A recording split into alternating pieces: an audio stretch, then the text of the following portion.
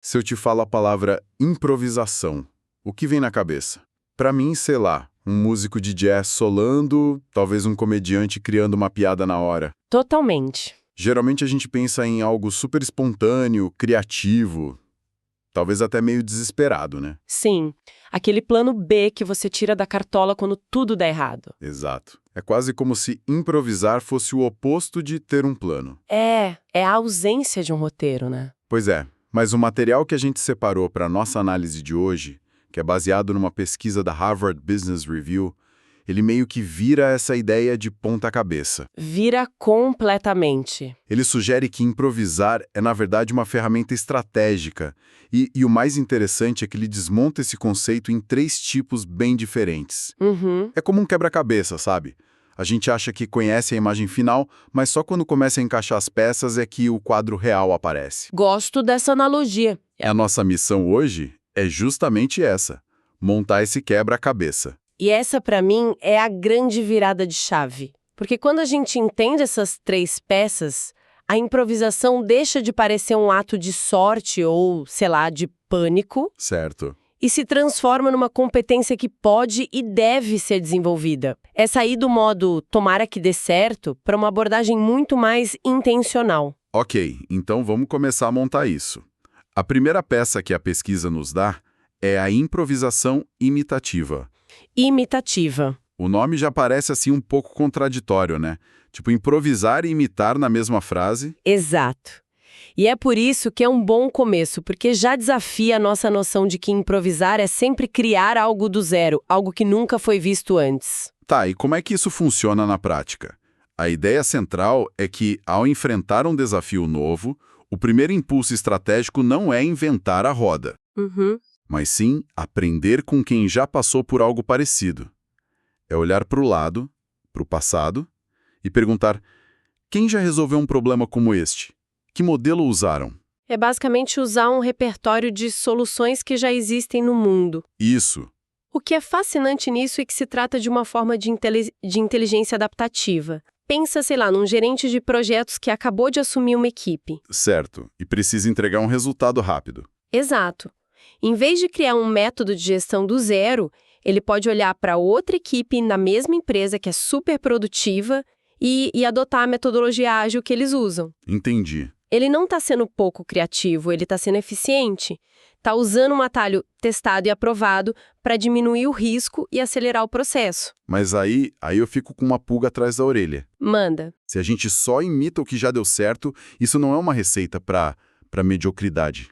Para todo mundo ficar fazendo a mesma coisa e a inovação morrer na praia. Essa é a armadilha. E é uma pergunta excelente. E a resposta é: sim, se você parar por aí. Ah, ok. A improvisação imitativa, usada de forma isolada, leva à estagnação. Ela é o ponto de partida, não o destino final. Entende? Certo. Pensa nela como chão firme. Ela te dá uma base sólida, um lugar seguro para começar a operar, principalmente quando o tempo é curto e o risco de falhar é alto. É a ferramenta para se estabilizar em terreno novo. Perfeito. Mas ninguém constrói um arranha-céu se ficar solo térreo. Faz todo sentido. É a base, mas e quando não existe um mapa?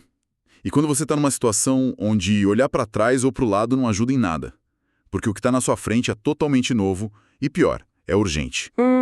Acho que isso nos joga direto na segunda peça do quebra-cabeça, né? Exatamente. Aí você é forçado a entrar no modo de improvisação reativa. Ah, essa é a clássica. Essa é a imagem clássica do improviso.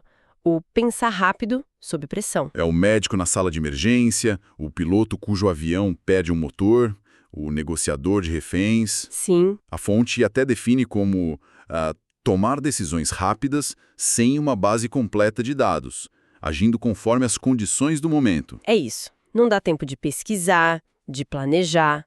É agir agora. E aqui entra um ponto que você mesma levantou antes. Certo. A fonte diz: sem uma base sólida de dados, isso soa perigoso, quase como adivinhar. Como isso pode ser uma habilidade estratégica e não apenas sorte, Ótima provocação. né? E o ponto-chave, eu acho, não é que não exista nenhuma base, mas sim que a base é incompleta e o tempo para análise é zero. Uhum. A habilidade não está em ter uma bola de cristal. está em processar a pouca informação disponível de forma ultra rápida e tomar uma decisão que seja boa o suficiente para sobreviver ao momento. E isso exige uma coisa que a pesquisa chama de flexibilidade mental. E essa flexibilidade mental é mais do que só ter ideias rápidas. No campo da psicologia, existe um conceito chamado desapego cognitivo. Desapego cognitivo. É a capacidade de abandonar uma linha de raciocínio que não está funcionando instantaneamente e pular para outra sem o custo do ego ou da hesitação. Entendi. Um médico de emergência que aposta num diagnóstico, mas os sinais vitais do paciente pioram. Ele precisa abandonar a hipótese inicial na hora, sem se lamentar. Essa capacidade de pivotar o pensamento em tempo real. Exato. É isso que define a maestria na improvisação reativa. É o famoso todo mundo tem um plano até levar um soco na cara, do Mike Tyson. Perfeito. A improvisação reativa é o que você faz depois do soco. O plano já era. Já era. Agora é instinto, experiência e essa agilidade mental. Mas existe um lado sombrio nisso. Ah, é? Qual? Viver nesse modo reativo tem um custo altíssimo. É um estado de alerta constante, um gasto de energia mental brutal. Imagino. Pessoas e equipes que operam só na reação, como bombeiros ou traders de alta frequência, correm um risco enorme de burnout. É uma ferramenta de sobrevivência, não um estilo de vida sustentável. Certo, então é uma ferramenta poderosa para momentos de crise, mas que te consome se virar rotina. Exatamente. Ok, então vamos recapitular o nosso quebra-cabeça até aqui. A gente tem a peça imitativa, que olha para o passado para buscar segurança e eficiência. O chão firme. E a gente tem a peça reativa, que lida com a urgência do presente para sobreviver à crise. O bote salva-vidas. Exato. Mas percebe que nenhuma das duas parece, de fato, criar algo novo? Bom ponto. Uma copia o que existe, a outra apaga incêndios. Elas resolvem problemas, mas não inventam o futuro. Onde entra a inovação de verdade? E essa é a deixa para a terceira e última peça do nosso quebra-cabeça. A improvisação generativa. Generativa. Se a imitativa olha para o passado e a reativa para o presente, a generativa está com os olhos no futuro. Ela não quer só resolver um problema, ela quer descobrir a próxima oportunidade. Aqui a postura muda completamente, né? Em vez de reagir, a gente passa a agir. Totalmente. A fonte descreve como uma exploração ativa de novas ideias para sondar o futuro e, quem sabe, até mesmo influenciá-lo. É a mentalidade do e se, sabe? Sim. E se a gente combinasse essa tecnologia com aquele mercado? E se a gente tentasse uma abordagem que ninguém nunca tentou? Pensa, por exemplo, no desenvolvimento das vacinas de mRNA. Certo. Por anos, cientistas exploraram essa tecnologia de forma generativa. Não havia uma pandemia global exigindo uma solução imediata, certo? Não, era pesquisa pura. Era uma aposta, uma experimentação guiada pela curiosidade, pela pergunta: e se a gente conseguisse usar o RNA mensageiro para ensinar o corpo a se defender? Eles estavam construindo uma plataforma para um futuro incerto. Exatamente. Quando a crise da Covid-19 chegou, essa ferramenta que nasceu da improvisação generativa pôde ser usada de forma reativa para resolver um problema urgente. Isso é incrível. Mostra como elas podem se conectar. Mas, sendo prático, isso não soa como um luxo. Como assim? Que empresa, no dia a dia corrido, tem tempo e dinheiro para ficar explorando e se, sem um problema claro para resolver? Não corre o risco de ser um enorme desperdício de recursos? Com certeza corre. E esse é o grande perigo da improvisação generativa. Ela pode se tornar uma busca sem fim, desconectada da realidade, queimando caixa sem gerar valor. Entendi. Por isso que as organizações mais inovadoras não apostam tudo nisso. Elas tratam como um portfólio de investimentos. Ah, interessante. A maior parte dos recursos vai para o que já funciona, imitação e otimização, uma parte para reagir às demandas do mercado e uma pequena, mas protegida porcentagem vai para a exploração generativa. É como plantar sementes. Exatamente isso. Muitas não vão vingar, mas as que vingarem podem se tornar as árvores que garantirão a sombra e os frutos do futuro. É a única vacina contra a obsolescência. Ok, agora as 3 peças do quebra-cabeça estão na mesa. Imitativa, reativa e generativa. Isso. Vendo assim, juntas, a imagem que se forma é muito mais rica. Então, o que tudo isso significa quando a gente junta tudo? Significa que a gente para de pensar em improvisação como uma coisa só. E a grande sacada, o pulo do gato dessa pesquisa é que a maioria das pessoas e empresas vivem presas em apenas um desses modos. Como assim? A empresa conservadora, que só copia as melhores práticas do mercado, vive na imitação e, eventualmente, fica para trás. Certo. O profissional, que vive apagando incêndio, está preso na reação e uma hora vai esgotar.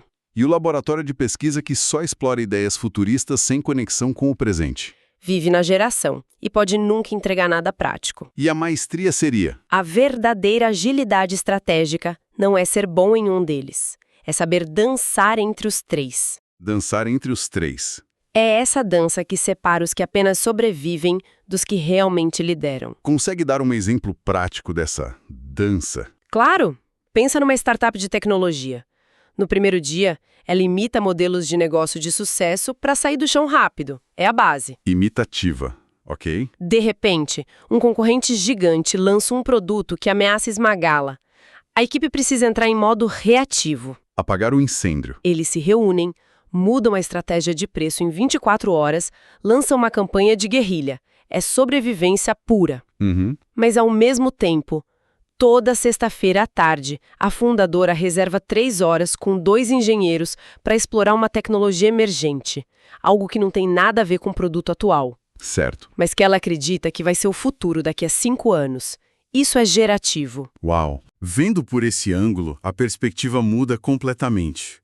A improvisação deixa de ser um ato impulsivo de um gênio solitário e passa a ser uma competência organizacional. Uma caixa de ferramentas estratégicas que precisa ser gerenciada. Exato. A grande conclusão para mim é que improvisar bem não tem a ver com caos ou sorte, mas sim com consciência. É entender a situação e escolher a ferramenta certa para o trabalho. Perfeitamente colocado. É a diferença entre reagir por instinto e responder com estratégia. É saber quando é hora de copiar, quando é hora de lutar e quando é hora de sonhar. Então, para a gente fechar, qual seria a reflexão final que a gente pode deixar com base em toda essa nossa conversa? Olha, acho que a reflexão mais poderosa é trazer essa dança para a nossa própria realidade. Certo. Por isso, a pergunta que fica é, olhando para a nossa vida profissional e até pessoal, qual desses 3 passos nós dominamos? Somos bons em aprender com o passado, em apagar os incêndios do presente ou em imaginar o futuro? E mais importante, qual é o passo que a gente menos pratica e que, se a gente aprendesse, abriria um novo ritmo de crescimento e novas possibilidades? Qual o próximo passo da nossa dança?